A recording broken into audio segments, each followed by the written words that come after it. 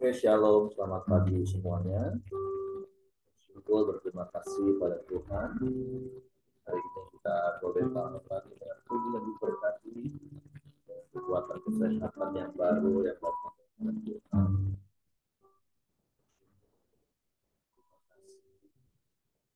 Kasih karunia Tuhan anak kedua bersama-sama datang berkembang sumber kehidupan kita sebagai pusat pengembangan. Bersyukur semua hanya karena anugerah Tuhan. Bapa, kami bersyukur, kami berterima kasih kepada-Mu pagi hari. Terima kasih buat anugerah-Mu dalam hidup kami. Terima kasih Engkau sumber segala sesuatu yang baik bagi kami. Sebab itu, Engkaulah pusat pujian penyembahan kami. Sebab hanya Engkau yang layak dipuji. Hanya Engkau yang layak disembah. Engkau yang layak ditinggikan. Hanya Engkau yang layak dimuliakan. Pujilah nama-Mu, pujilah nama-Mu, pujilah nama-Mu.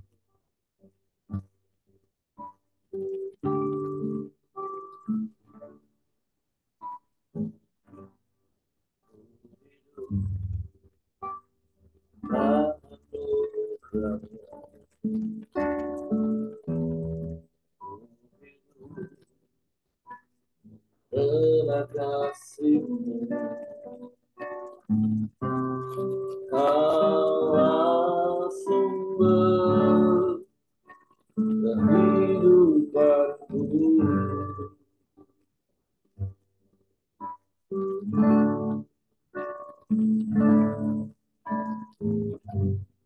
Ku hidup untuk menyembah-Mu. Ku hidup untuk mengangkat-Mu. Kaulah pusat penyembahanku.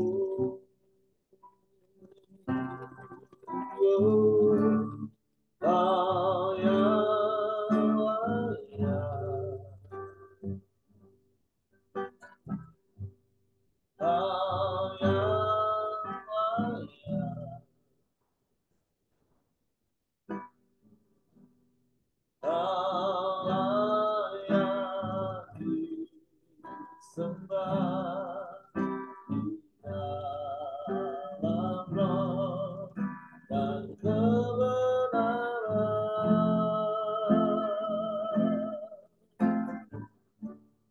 Kau yang layak, Kau yang layak,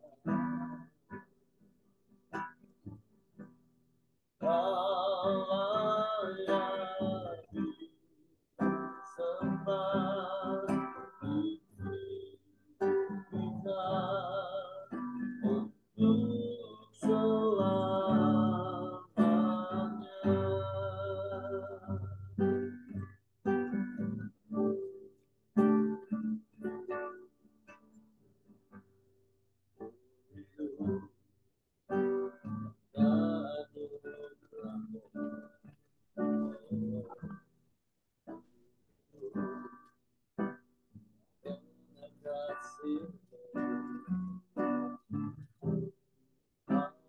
Allah sumber kehidupanku.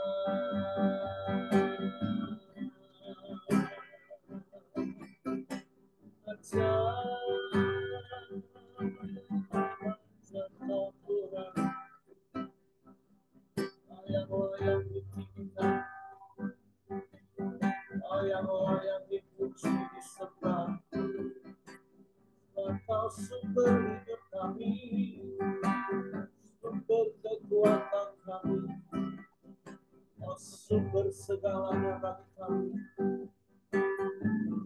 Kami mau terus tinggal di dalam melekat padamu.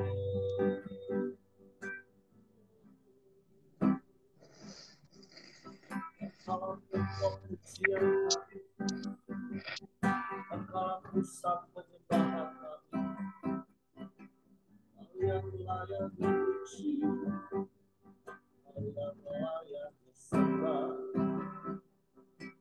Haleluya.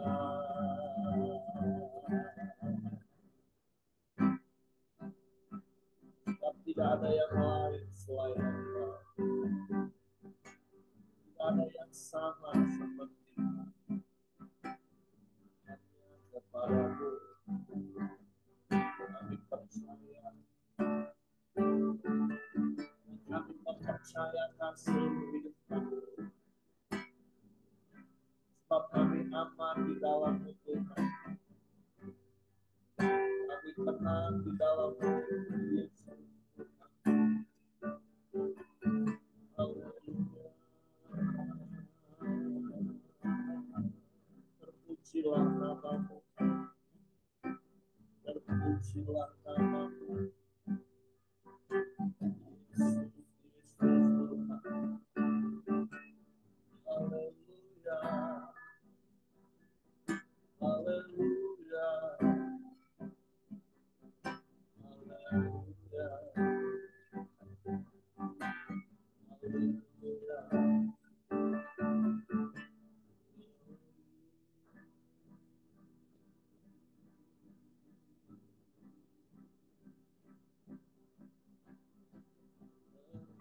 Terpujilah nama-Mu, terpujilah nama-Mu, terpujilah nama-Mu.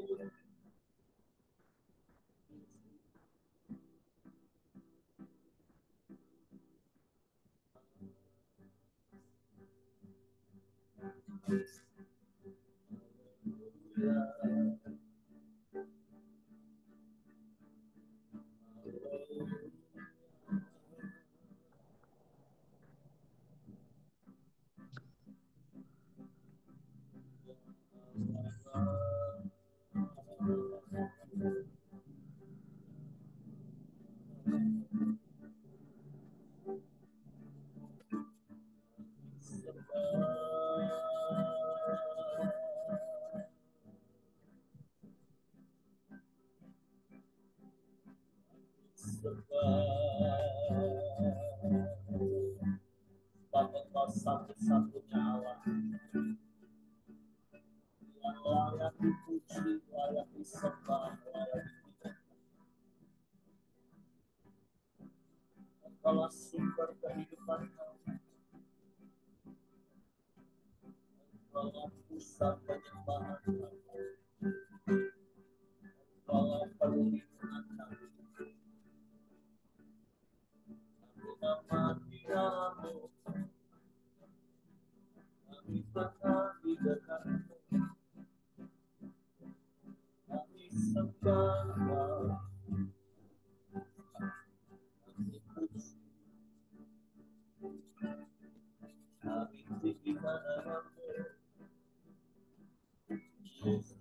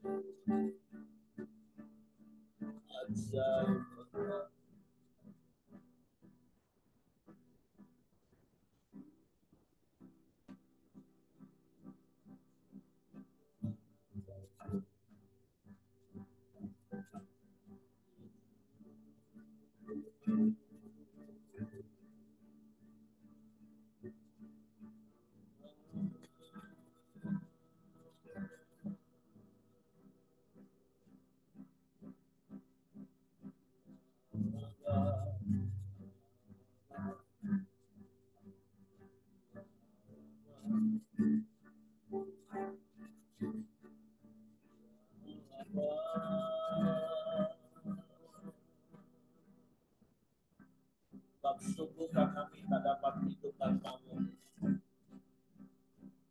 Kami tak dapat hidup di luar-Mu. Karena di luar-Mu kami tak dapat melakukan apapun. Kalaupun kami berpikir kami dapat melakukan di luar, maka semua adalah kesia-siaan belaka. Waktu kami mau terus tinggal di dalam segala sesuatu kami lakukan, kami kerjakan oleh-Mu dan untuk Tuhan, supaya Engkau dipermuliakan dalam seluruh aspek kita. Sebab Engkau menciptakan kami memuliakan nama-Mu. Haleluya.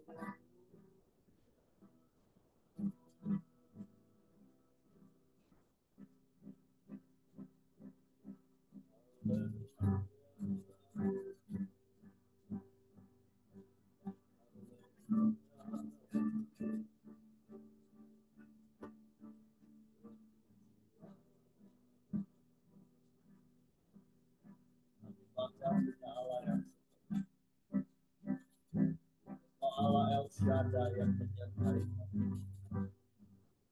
Waktu kami tak takut, kami tak gentar. Sebab Engkau beserta dengan kami.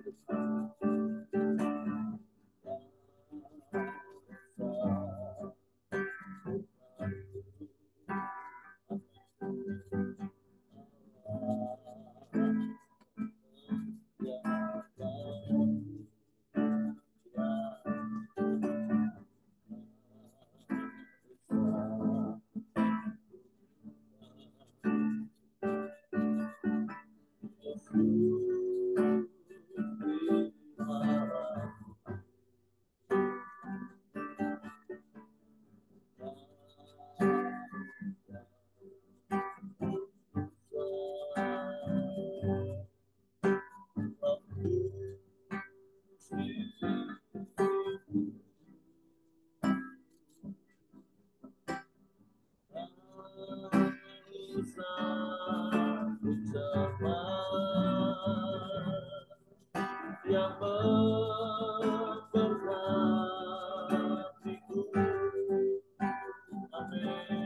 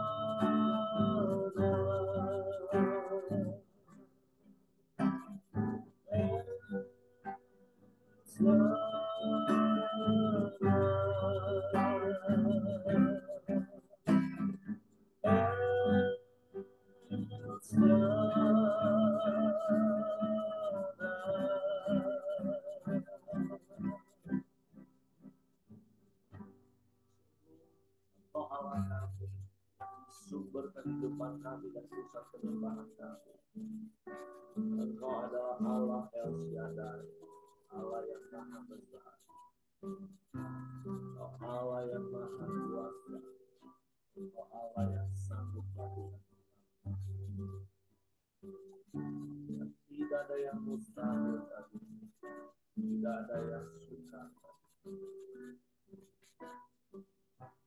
Waktu kami mau terus hidup di dalamnya, dan Engkau di dalam kami, firman-Mu di dalam kami. Dan kami tidak pernah takut menjalani hari-hari kami. Tidak gentar, kami tidak bimbang. Kalau kami percaya Engkau Immanuel yang beserta adalah Allah yang besar, Allah yang maha besar, sanggup melakukan segala perkara dan selalu memberikan yang terbaik kami. Waktu kami bersyukur kepada dan kami mau bertinggal di dalam dan di dalam firman-Mu. Ya, hati kami tinggal tenang dalam. Waktu pagi hari kami siapkan hati kami untuk berdoa. Roh Kudus tolong kami untuk mengerti, untuk kami memahami firman. Dan kami percaya firman. Dan kami mau lakukan dari daya di dalam nama Yesus. Satu firman. Haleluya. Oke, silakan Pak Ramli. Baik, terima kasih Pak Heri. Selamat pagi Bapak Ibu dan teman-teman semua. Kita sampai kepada renungan kita pada pagi hari ini di Bilangan yang pasal kedua. Ya, kemarin kita ada di bilangan 1, bagaimana Tuhan memerintahkan Musa untuk menghitung jumlah daripada laskar-laskar orang-orang Israel yang siap untuk berperang atau bertempur kalau uh, di ada kesempatan ya. Nah, hari ini nanti kita akan membaca bagaimana Tuhan mengatur eh, tempat perkemahan daripada bangsa Israel, di mana posisi mereka ya menurut suku-suku orang-orang Israel. Di sebelah barat dari kemah pertemuan itu siapa, di sebelah timur dari kemah pertemuan siapa, sebelah utara selatan dari kemah pertemuan itu siapa, dan kalau mereka nanti bergerak berjalan siapa di depan, ya siapa yang ada di belakangnya, dan seterusnya, semua diatur oleh Tuhan pada bilangan yang kedua ini. Kita akan baca ya bilangan yang kedua. Suku-suku Israel ditunjuk di tempat perkemahannya. Ayat pertama, Tuhan berfirman kepada Musa dan Harun, orang Israel harus berkemah masing-masing dekat panji-panjinya, menurut lambang suku-sukunya. Mereka harus berkemah di sekeliling kemah pertemuan, agak jauh daripadanya. Yang berkemah di sebelah timur, dekat panji-panjinya ialah Laskar Jehuda, menurut pasukan-pasukan mereka. Pemimpin Bani Jehuda ialah Nahason bin Aminadab. Pasukannya terdiri dari 74.600 orang yang dicatat. Yang berkemah di dekatnya ialah suku Isasar. Pemimpin Bani Isasar ialah Netanel bin Zuar. Pasukannya terdiri dari 54.400 orang yang dicatat. Kemudian suku Zebulon, pemimpin Bani Zebulon ialah Eliab bin Helon. Pasukannya terdiri dari 57.400 orang yang dicatat. Jumlah orang yang dicatat dalam Laskar Jehuda menurut pasukan-pasukan mereka ada 186.400 orang. Merekalah yang terdahulu berangkat. Panji-panji Laskar Ruben adalah di sebelah selatan, menurut pasukan-pasukan mereka. Pemimpin Bani Ruben ialah Elizur bin Sediur. Pasukannya terdiri dari 46.500 orang yang dicatat. Yang berkemah di dekatnya ialah suku Simeon. Pemimpin Bani Simeon ialah Selumiel bin Zurisadai. Pasukannya terdiri dari 59.300 orang yang dicatat. Kemudian suku Gad, pemimpin Bani Gad ialah Eliasab bin Rehuel. Pasukannya terdiri dari 40.550 orang yang dicatat. Jumlah orang yang dicatat dalam Laskar Ruben menurut pasukan-pasukan mereka ada 151.450 orang. Merekalah yang nomor 2 berangkat. Sesudah itu berangkatlah kemah pertemuan dengan laskar orang Lewi di tengah-tengah laskar yang lain itu. Sama seperti mereka berkemah, demikianlah juga mereka berangkat masing-masing di tempatnya menurut panji-panji mereka. Panji-panji laskar Efraim menurut pasukan-pasukan mereka adalah di sebelah barat. Pemimpin Bani Efraim ialah Elisama bin Amihud. Pasukannya terdiri dari 40.500 orang yang dicatat. Di dekatnya ialah suku Manase. Pemimpin Bani Manase ialah Gamaliel bin Pedazur. Pasukannya terdiri dari 32.200 orang yang dicatat. Kemudian suku Benyamin. Pemimpin Bani Benyamin ialah Abidan bin Gideoni. Pasukannya terdiri dari 35.400 orang yang dicatat. Jumlah orang yang dicatat dalam Laskar Efraim menurut pasukan-pasukan mereka ada 108.100 orang. Mereka lah yang nomor 3 berangkat. Panji-panji Laskar Dan adalah di sebelah utara. Menurut pasukan-pasukan mereka, pemimpin Bani Dan ialah Ahiezer bin Amisadai. Pasukannya terdiri dari 62.700 orang yang dicatat. Yang berkemah di dekatnya ialah suku Asher. Pemimpin Bani Asher ialah Pagiel bin Okran. Pasukannya terdiri dari 41.500 orang yang dicatat. Kemudian suku Naftali, pemimpin Bani Naftali ialah Ahira bin Enan. Pasukannya terdiri dari 53.400 orang yang dicatat. Jumlah orang yang dicatat dalam Laskar Dan ada 157.600 orang. Mereka lah yang kemudian berangkat menurut panji-panji mereka.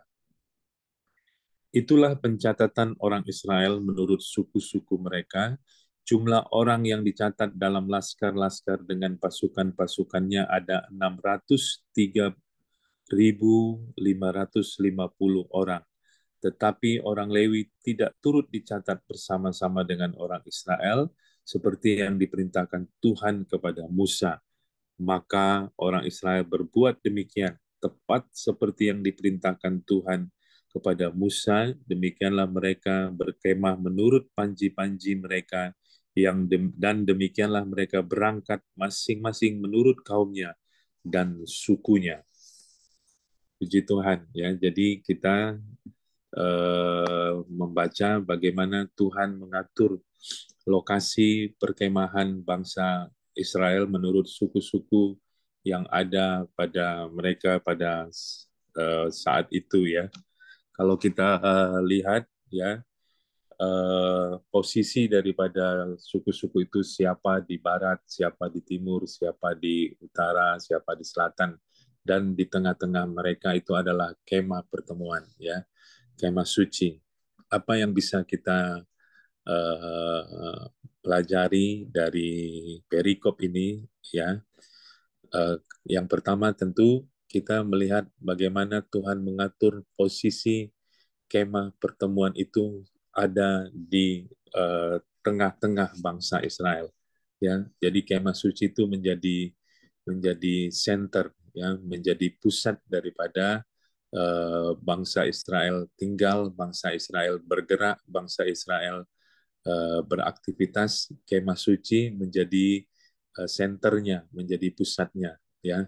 Nah, ini menggambarkan kehidupan kita. Kalau kita sungguh-sungguh mau berhasil dan berkenan di hadapan Tuhan, tentu, ya, kita harus menjadikan Tuhan sebagai pusat kehidupan di dalam hidup kita, menjadi pusat aktivitas di dalam kehidupan kita.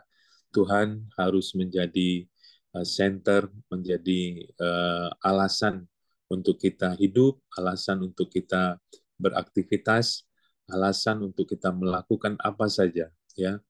Makanya dikatakan di dalam firman Tuhan, apapun yang kamu lakukan, kamu makan, minum, kamu berjalan, kamu duduk, ya, lakukanlah semuanya itu untuk Tuhan, ya, dan bukan untuk manusia.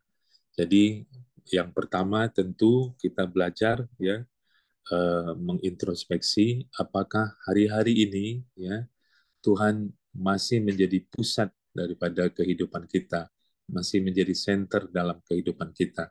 Sehingga ketika kita melakukan apapun, ya, kita bertanya apakah ini saya lakukan untuk Tuhan, ya, untuk kemuliaan Tuhan, ya. Apakah saya sedang berjalan ke arah Tuhan, ya. Kemarin istri saya berkhotbah di gereja, ya, mengangkat satu ayat yang dikatakan di dalam Paulus mengatakan, aku melupakan apa yang ada di belakangku dan berlari-lari kepada tujuan, yaitu untuk memperoleh hadiah panggilan surgawi, ya. Apakah hari-hari ini kita sedang berlari-lari? Berlari-lari itu menunjukkan bahwa kita ada sesuatu yang penting di dalam kehidupan kita. Dan kita berlari menuju apa kita berlari? Jangan-jangan kita salah arah berlarinya. Ya, berlarinya kita kalau kita pernah melihat video lucu ya, di mana ada orang lari estafet, tapi ternyata larinya ke arah yang salah, ke arah yang berlawanan. Berlari, tapi arahnya salah, arahnya berlawanan dengan arah garis finish ya.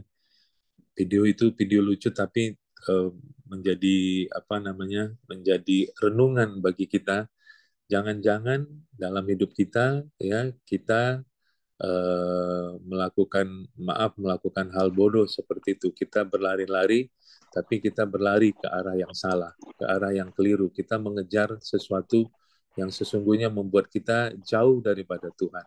Tuhan tidak menjadi pusat atau tidak menjadi center dalam kehidupan kita. Ya, hari ini kita belajar untuk diingatkan bahwa yuk sama-sama ya kita mengintrospeksi diri kita untuk melihat ke arah mana kita berlari, apakah Tuhan masih menjadi pusat kehidupan di dalam kehidupan kita. Yang kedua yang saya pelajari, yang bisa kita pelajari dari ayat ini adalah luar biasa bagaimana Tuhan mengatur segala sesuatu. Dari kisah kitab Imamat yang barusan kita tinggalkan ya, bagaimana Tuhan begitu banyak, begitu ribet, begitu detail mengatur segala sesuatu. Sampai posisi perkemahan bangsa-bangsa, suku-suku dari bangsa Israel pun Tuhan atur sedemikian rupa. Ya, di sini jelas kita bisa melihat bagaimana Tuhan itu begitu suka dengan keteraturan. Ya, Tuhan suka dengan hal-hal yang teratur. Ya, Tuhan tidak suka tentu dengan yang namanya kekacauan dan ketidakteraturan. Ya, nah tentu kita belajar ya bahwa di dalam hidup kita semua atau segala sesuatu ya harus diurus dengan baik supaya semua berjalan dengan teratur dan tidak diabaikan. Ya, sesuatu yang kita abaikan pasti akan rusak ya, sesuatu yang tidak kita urus pasti akan rusak. Oleh karena itu hari ini kita juga diingatkan ya bahwa ayo kita sama-sama berjuang untuk mengurus, mengatur keluarga kita ya, bisnis kita, pekerjaan kita dengan baik ya, pelayanan kita, bahkan tubuh kita, kesehatan kita harus kita urus dengan baik, kita atur dengan baik. Karena kalau kita abaikan, kita biarkan, semua akan menjadi rusak. Ya, Tuhan suka dengan keteraturan, Tuhan suka dengan sesuatu yang teratur, yang tertib, ya, yang disiplin. Nah, kita karena kita adalah anak-anak Tuhan, ya, maka kita juga tentu harus mengatur segala sesuatu, ya. Dalam hal keluarga, saya pribadi masih terus banyak belajar ya untuk mengatur bagaimana berjuang supaya keluarga dibangun dengan baik ya, anak-anak dibangun dengan baik ya. Walaupun anak-anak kami jauh dengan kami ya, tapi bagaimana terus berjuang membangun komunikasi, membangun hubungan dengan anak ya dan seterusnya. Jadi poinnya adalah yuk, karena Tuhan kita Tuhan yang suka dengan segala keteraturan, Dia mengurus segala sesuatu dengan detail ya. Mari kita juga mengatur semua yang sudah Tuhan titipkan dalam hidup kita, apakah itu keluarga, bisnis kita, pekerjaan kita, pelayanan kita, bahkan diri kita sendiri ya, tubuh kita, kesehatan kita harus kita atur dengan baik.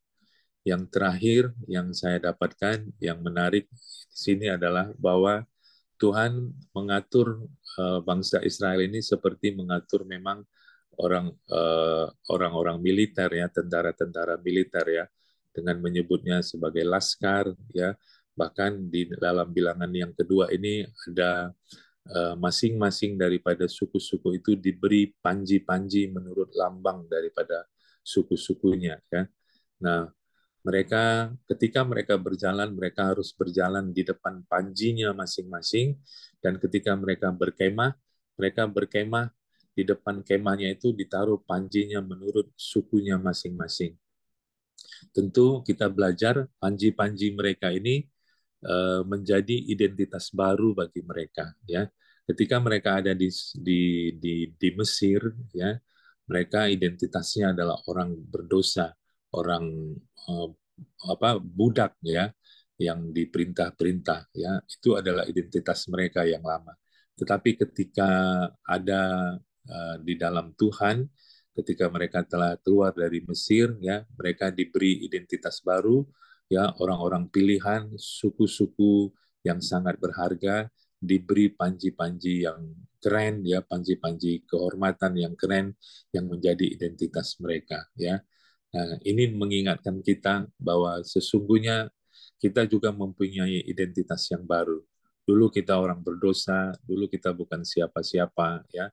Dulu kita tidak berharga di mata Tuhan, tapi ketika kita mengenal Kristus, kita memiliki identitas baru sebagai orang pilihan, orang percaya, anak Tuhan, ya. Sesungguhnya kita harus menghargai identitas itu dan bertanggung jawab, ya, terhadap identitas tersebut dimanapun kita berada. Kita membawa panji Tuhan, ya. Nah, kalau hidup kita benar, panji Tuhan, kemuliaan Tuhan dimuliakan, nama Tuhan dimuliakan.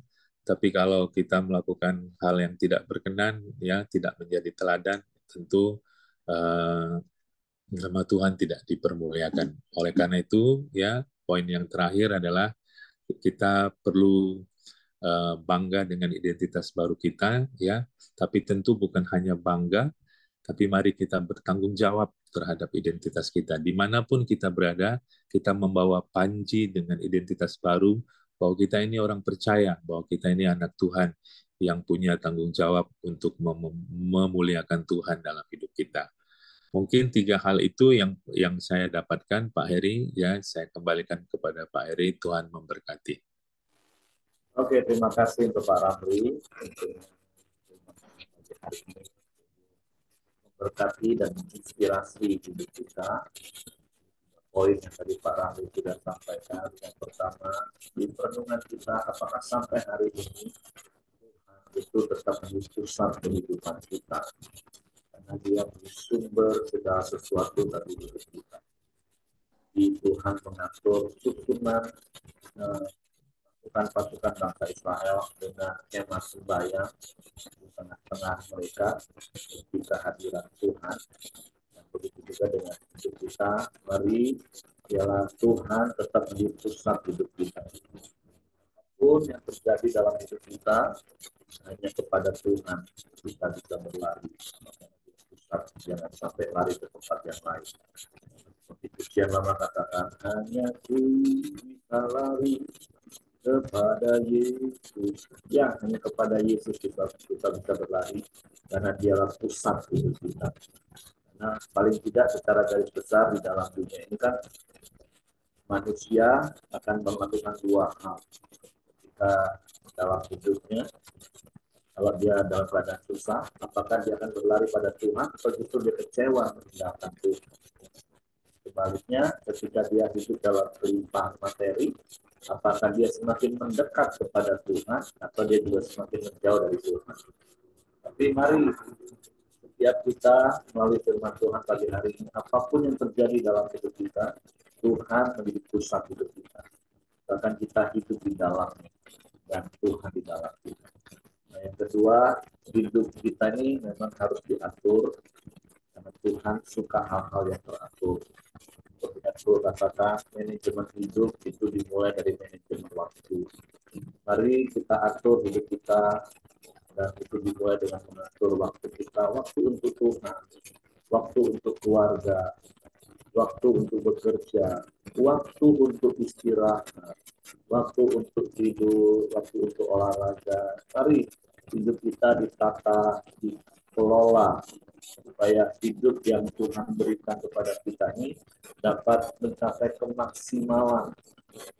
Apapun yang kita lakukan, kita menikmati hasil yang maksimal karena kita kelola dengan teratur. Waktu dengan Tuhan kita maksimal, waktu dengan keluarga kita maksimal, waktu tidur kita maksimal, waktu kerja kita maksimal.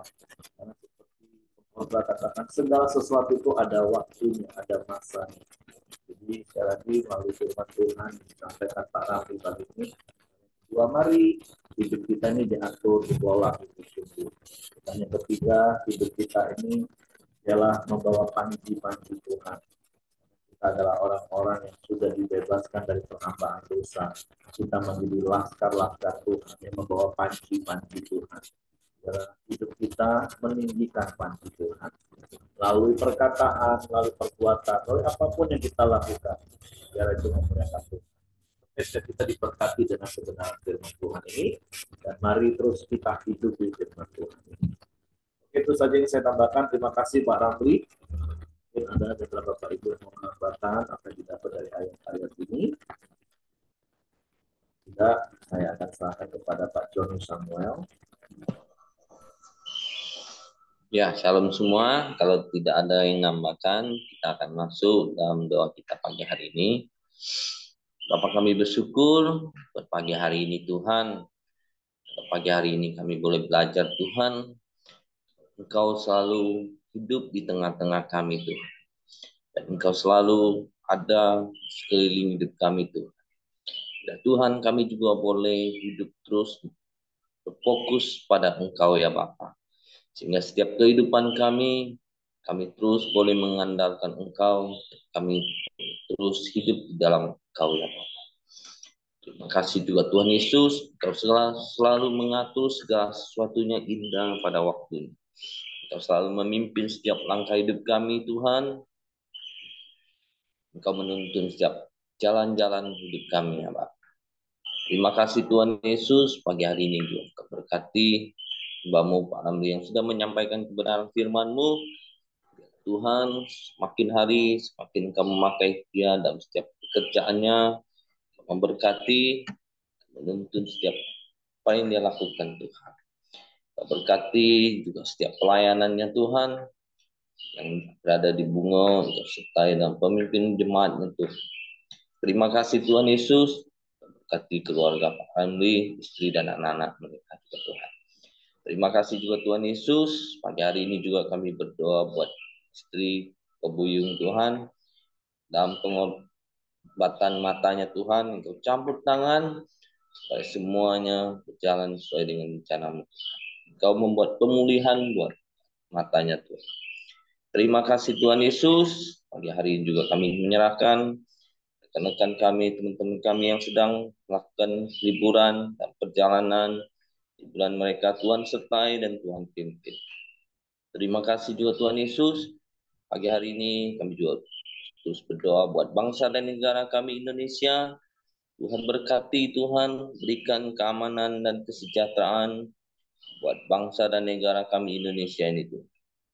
Engkau berkati para pemimpin bangsa kami, mulai dari presiden, para menteri dan stafnya Tuhan, para gubernur, bupati dan wali kota.